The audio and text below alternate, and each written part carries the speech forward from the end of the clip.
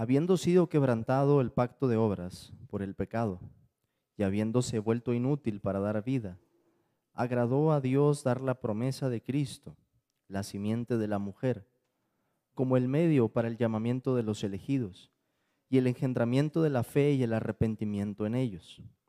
En esta promesa, el Evangelio fue revelado en su sustancia, y por lo tanto, fue hecho eficaz para la conversión y la salvación de pecadores. Oremos, hermanos.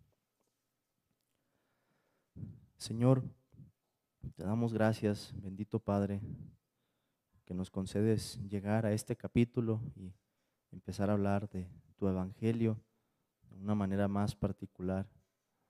Te rogamos, Señor, que nos enseñes cómo Cristo es revelado desde el libro del Génesis hasta el Apocalipsis, cómo desde esa primera promesa de la simiente de la mujer encontramos al Cordero, Señor. Ayúdanos, Padre, a comprender este párrafo de la confesión y a estar claros, Señor, en la verdad de tu Evangelio. Lo pedimos en el nombre de Jesús. Amén. Hemos llegado al capítulo 20 que se titula Del Evangelio y del alcance de su gracia. Y no es casualidad, hermanos, que este capítulo comience después de ¿cuál? El capítulo 19, pero ¿cuál es el capítulo 19?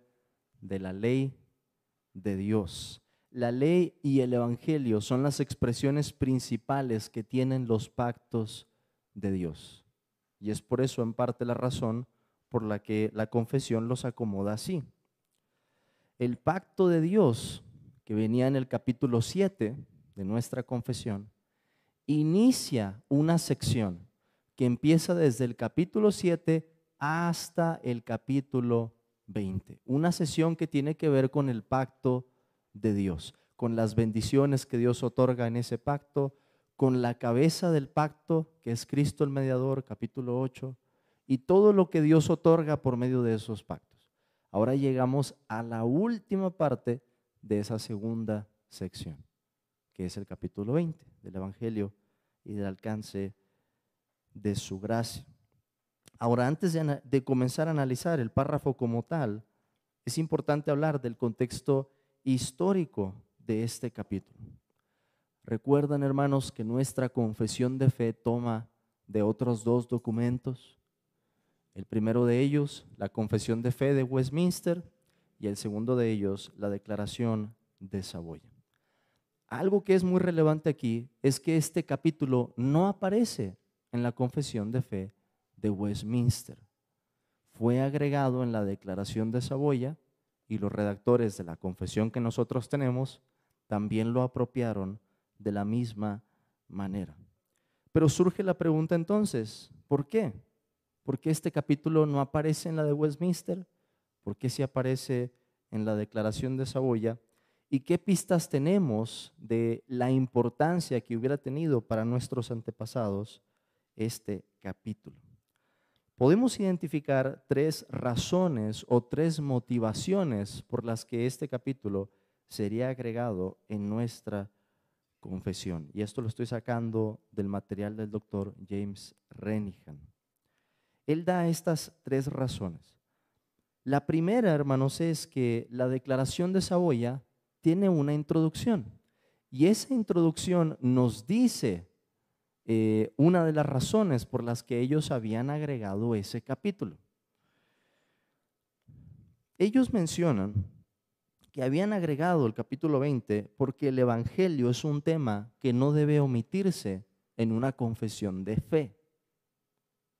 Esa es la primera razón que tenemos.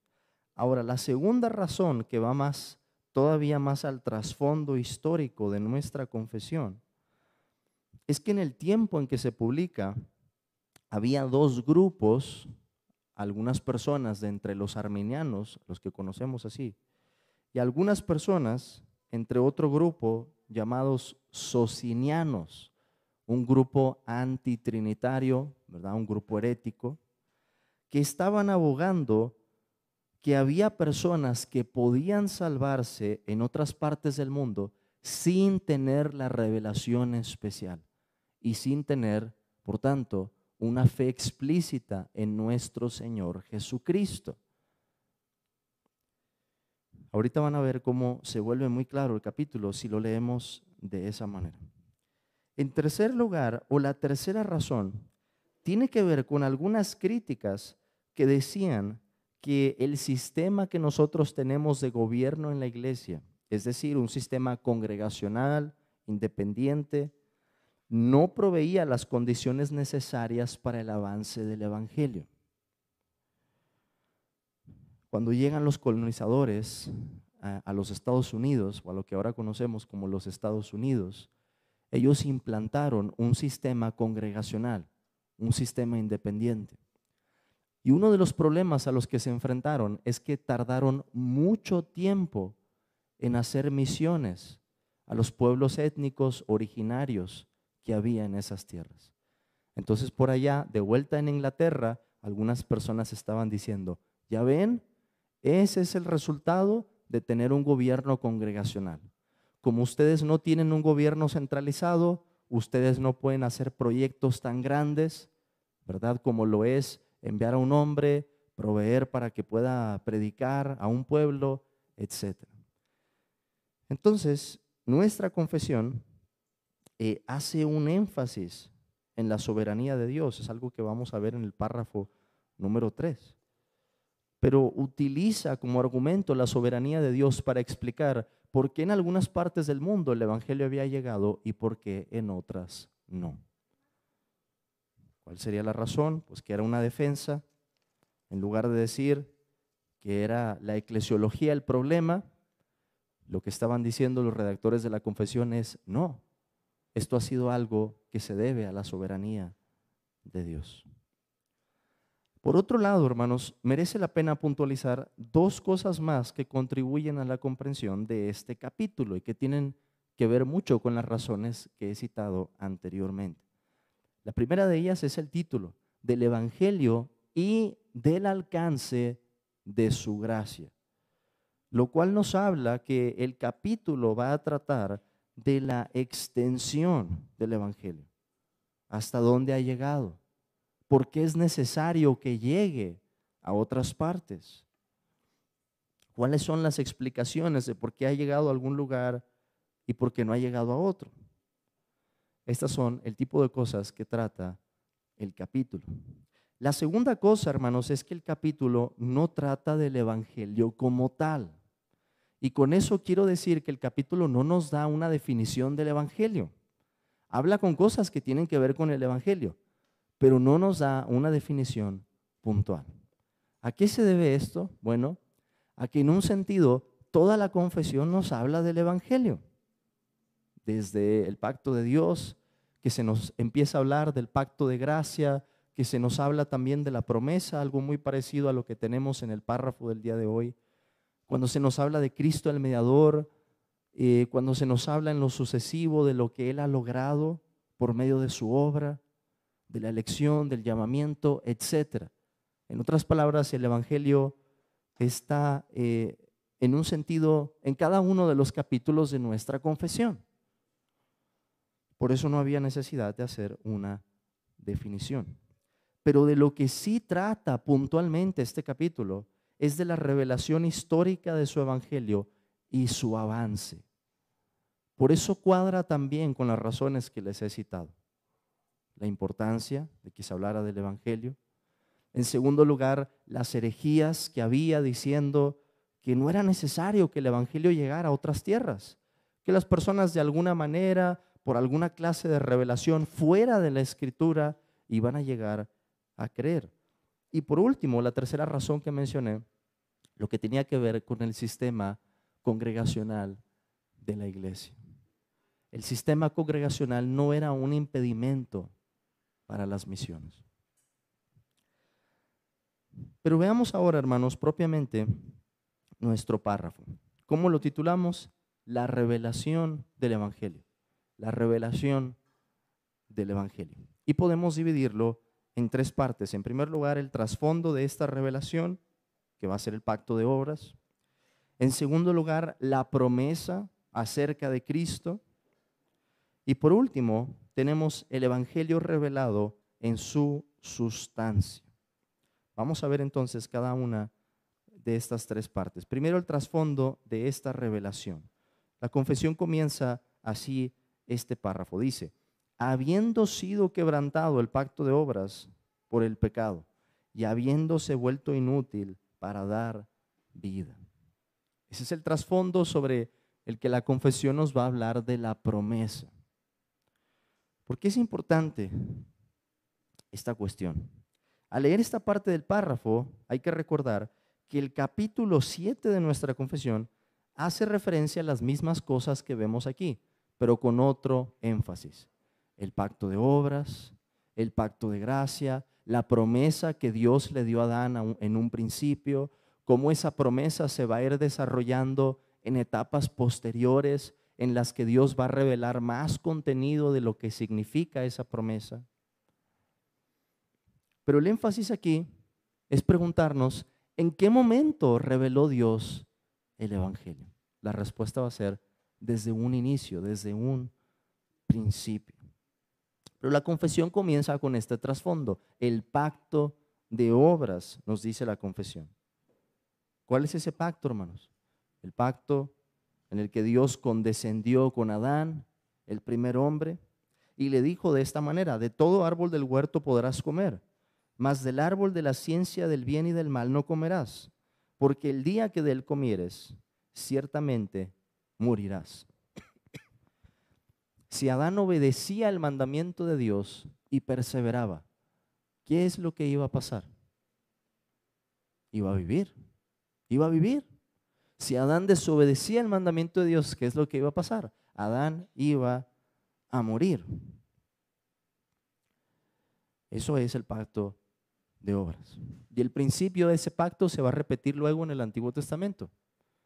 El que hiciera estas cosas vivirá por ellas. Esa es la misma condición, hermanos, en la que estaba Adán. Pero ¿cuál es el problema? Que Adán quebrantó ese pacto. Adán desobedeció a Dios, Adán incurrió en pecado y por lo tanto la muerte entró al mundo. Y es por eso que la confesión nos recuerda el pacto de obras, porque ya no podemos obtener vida por medio de este. La vida no puede venir por nuestra obediencia. La vida no puede venir por las buenas obras. La vida no puede venir por nuestra religiosidad. Y por lo tanto, era necesario otro pacto, un pacto de gracia, el cual, ¿verdad? Nos dice el capítulo 7, fue revelado en esa promesa a Adán. Ese es el trasfondo, entonces, el pacto de obras que fue quebrantado y por el cual ningún ser humano puede obtener vida eterna. Se requería de otro pacto, el cual Dios quiso agregar de manera misericordiosa. ¿Y de qué manera lo agrega o de qué manera comienza a revelar Dios ese pacto? A través de la promesa. Con eso pasamos a la segunda parte de nuestro párrafo, la promesa acerca de Cristo. Nos dice el párrafo 1. Agradó a Dios dar la promesa de Cristo, la simiente de la mujer, como el medio para el llamamiento de los elegidos y el engendramiento de la fe y el arrepentimiento en ellos. Agradó a Dios dar la promesa de Cristo. ¿Cuándo Dios dio esa promesa? Vayamos por favor, hermanos, a Génesis capítulo 3, versículo 15.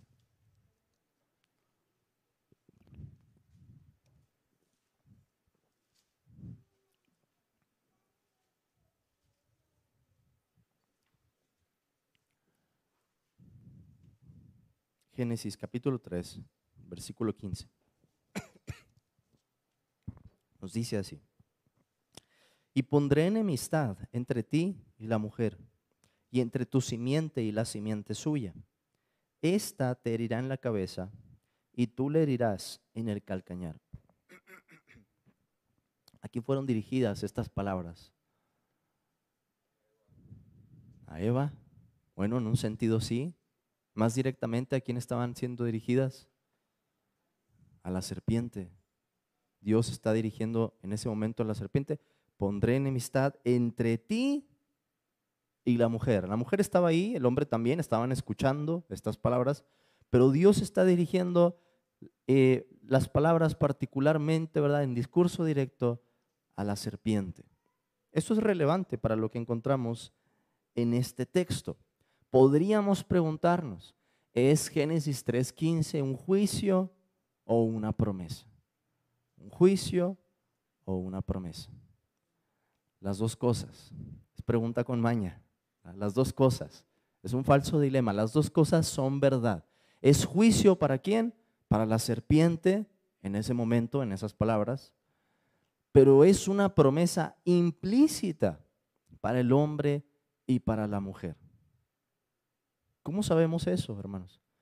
Porque si la serpiente había sido la amenaza que trae el desorden al huerto, que posibilita la entrada del pecado en la humanidad, ¿qué quería decir Dios al hablarle a la serpiente? Que Él iba a poner las cosas en orden otra vez. Que lo que había deshecho la serpiente iba a ser rehecho ahora por Dios. ¿Y de qué manera? Es donde encontramos la promesa implícita. Porque Dios nos dice que el triunfo iba a venir por medio de la humanidad o de la simiente. ¿Qué es la simiente, hermanos? Es descendencia. Ahora, este sustantivo es bien interesante, no tenemos mucho tiempo para profundizar en él, pero es lo que algunos eruditos han llamado un sustantivo colectivo. Vamos a ver que a medida que avanza el libro del Génesis, esa referencia, ¿verdad?, que nos hablaría en el caso de Abraham, de una gran nación, que nos habla en lo sucesivo con Isaac y con Jacob, se va puntualizando hasta hacernos ver que se trata de un individuo en particular que va a representar a todo un pueblo. Por ejemplo, si tuviéramos tiempo, veríamos que en el libro del Génesis esas dos simientes se van trazando. Están los hijos de Dios y están los hijos del diablo. Los hijos de Set, ¿verdad?, en algún momento comienzan a invocar a Dios. Pero los hijos de Caín, por otro lado, han construido una ciudad y empiezan a desarrollar tecnología en oposición a Dios. Esas dos simientes se van trazando. Con Abraham, Abraham tiene dos hijos, ¿verdad? Después, uno representa a los hijos de Dios, otro representa a los hijos del diablo. Ellos a su vez tienen dos familias, etcétera, etcétera. Esto se va trazando a través del libro del Génesis. Pero cuando acabamos el libro del Génesis, se nos da una pista de cómo va a venir esa simiente. La simiente iba a venir por medio de la tribu de Judá. Cuando avanzamos mucho más adelante, ¿verdad?, y llegamos al libro de Samuel, vemos en el segundo libro de Samuel, capítulo 7, que va a ser un hijo de David, que Dios le va a entregar a él el reino eterno. Y cuando llegamos a los evangelios, vemos claramente que el cumplimiento, ¿verdad?, el heredero de esa promesa o el cumplimiento de ella es nuestro Señor Jesucristo, hijo de Abraham, hijo de David. Este descendiente, hermanos, según lo que dice Dios en Génesis 3:15, le asestaría un golpe mortal a la serpiente, pero lo haría de tal manera que él mismo quedaría herido. ¿A qué le suena? Victoria por medio del sufrimiento. Triunfo por medio de la muerte. O como lo va a decir muchísimo más tarde el libro a los Hebreos o la carta a los Hebreos, que Cristo por medio de su muerte venció al que tenía el imperio de la muerte, esto es, al diablo. Y de esa manera trajo la vida de vuelta al hombre. ¿Vemos entonces, hermanos, algo, verdad, del evangelio allí? Sí, de manera incipiente, pero el evangelio está allí, la promesa está allí. Tanto la habría entendido Adán que le cambió el nombre a su esposa. ¿Cómo le puso? Eva, madre de los vivientes. Como confesando, hermanos, la esperanza que él tenía, que en algún momento algún hijo de Eva, quizás más próximo, quizás estaban pensando de esa forma y por eso utilizaron esos nombres para sus hijos, que son significativos. Caín, después de que Caín matara a Abel, Set. Después aparece un hombre allí, Noé, y sus padres dicen, este hijo nos va a traer descanso de nuestras obras, quizás esperando, ¿verdad?, que se cumpliera esa promesa antes. Pero ellos entendieron el mensaje. Dios iba a restaurar las cosas. Es por eso que la confesión nos dice que esa promesa era el medio para el llamamiento de los elegidos y el engendramiento de la fe y el arrepentimiento en ellos. ¿Qué quiere decir eso? Que los escogidos de Dios serían llamados a través de esta promesa, con una, revelación especial, con palabras, con contenido que Dios mismo había revelado. Esta promesa y su desarrollo posterior servirían para engendrar fe y arrepentimiento. Por eso pudo decir Cristo en el Nuevo Testamento que Abraham había visto su día y que Abraham se había gozado, porque Abraham recibió la misma promesa. Por último, hermanos, llegamos a la tercera parte de este párrafo que nos dice o nos habla del evangelio, revelado en su sustancia. Y dice así: en esta promesa el evangelio fue revelado en su sustancia y por lo tanto fue hecho eficaz para la conversión y la salvación de pecadores. Este es el punto principal del párrafo. ¿Cómo es que llegó el evangelio desde un principio? No llegó por las estrellas, no llegó por un sentimiento del corazón. El evangelio no era un nuevo propósito de vivir rectamente o algo semejante. El evangelio fue revelado por Dios a modo de promesa. Y eso desde Génesis 3:15. ¿Fue acaso revelado el evangelio en su totalidad? Podemos preguntar por otro lado. ¿Sabían los santos en el Antiguo Testamento todo lo que Cristo iba a hacer? No.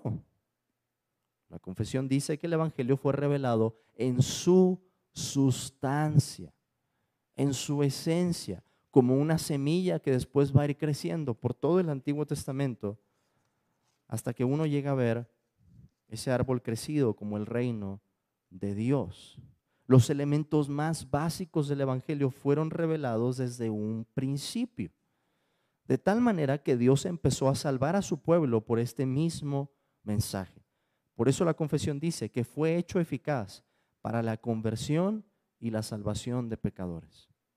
Esto responde a cómo se salvaban las personas en el Antiguo Testamento. ¿Se han preguntado eso alguna vez? No se salvaban haciendo buenas obras. Abraham creyó a Dios y le fue contado por justicia. Él creyó la promesa de esa simiente. El camino de la salvación siempre ha sido uno solo, el evangelio de la promesa de Cristo. Pero alguien podrá preguntar, hermano, ¿pero cómo se salvaban si Cristo todavía no había sido sacrificado? Esa es una muy buena pregunta. Por eso es que la confesión nos remite a Apocalipsis capítulo 13. Apocalipsis 13:8.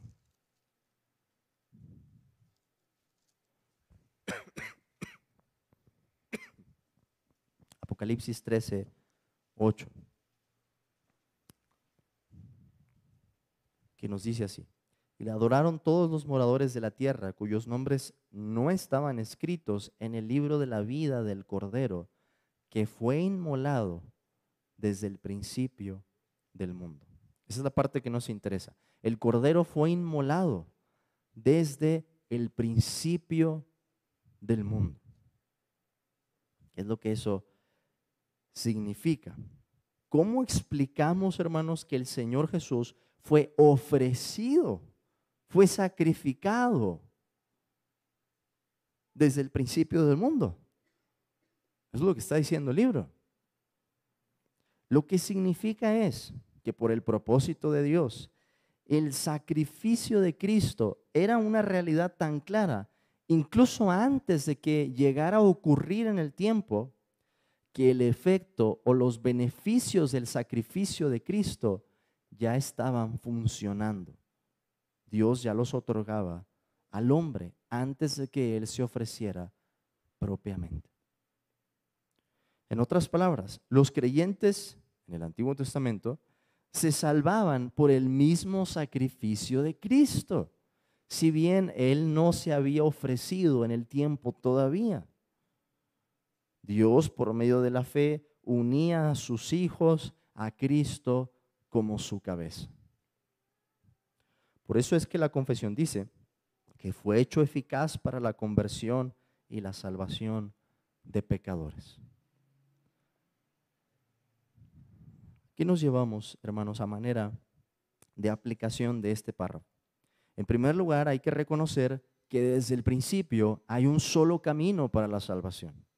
No hubo dos, no hubo tres, no hay un camino opcional, ¿verdad? Hay uno solo. El evangelio que hemos creído es el mismo que creyeron Abraham, Isaac y Jacob, así como Moisés y los profetas.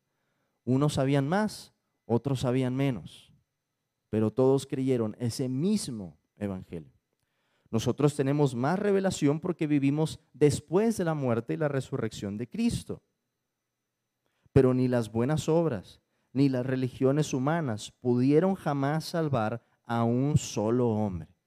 El método que Dios escogió fue publicar una promesa y que ésta fuera transmitida por todo el mundo hasta que el último de los elegidos llegue a creer. En segundo lugar, maravillémonos, hermanos, por la forma en que Dios ha revelado al Salvador. Piensen en esto. Lo que Adán y Eva merecían desde un inicio era la muerte. Pero tan pronto pecaron, Dios, en lugar de destruir a la humanidad, dio una hermosa promesa y puso en marcha su desarrollo. El hombre, aunque pecador, recibiría la victoria en contra de la serpiente y con ello en contra del pecado y en contra de la muerte misma, el resultado que había entrado por el pecado. La Biblia entera, hermanos, en un sentido o en más de un sentido, es el desarrollo posterior de esa promesa en Génesis 3:15. Esto es tan importante, ¿verdad?, que incluso para libros como Crónicas o como Reyes es muy significativo, porque Dios preserva siempre a ese linaje, a esa descendencia, a veces incluso por la vida de un solo rey que está en peligro, o por la vida de un solo rey que es capturado, que es llevado al exilio. Y Dios guarda su promesa. Al final, ¿verdad?, encontramos esa genealogía en el libro de Mateo, por ejemplo, o en el Evangelio según Mateo. Y hay allí, hermanos, una historia maravillosa que incluye la vida de personas como Ruth, ¿verdad?, la moabita, como Rahab, y así sucesivamente. Génesis 3:15, ¿verdad?, se va desarrollando hasta que llegamos al libro de Apocalipsis, para que podamos entender cómo Cristo es la simiente que cumple con esa promesa.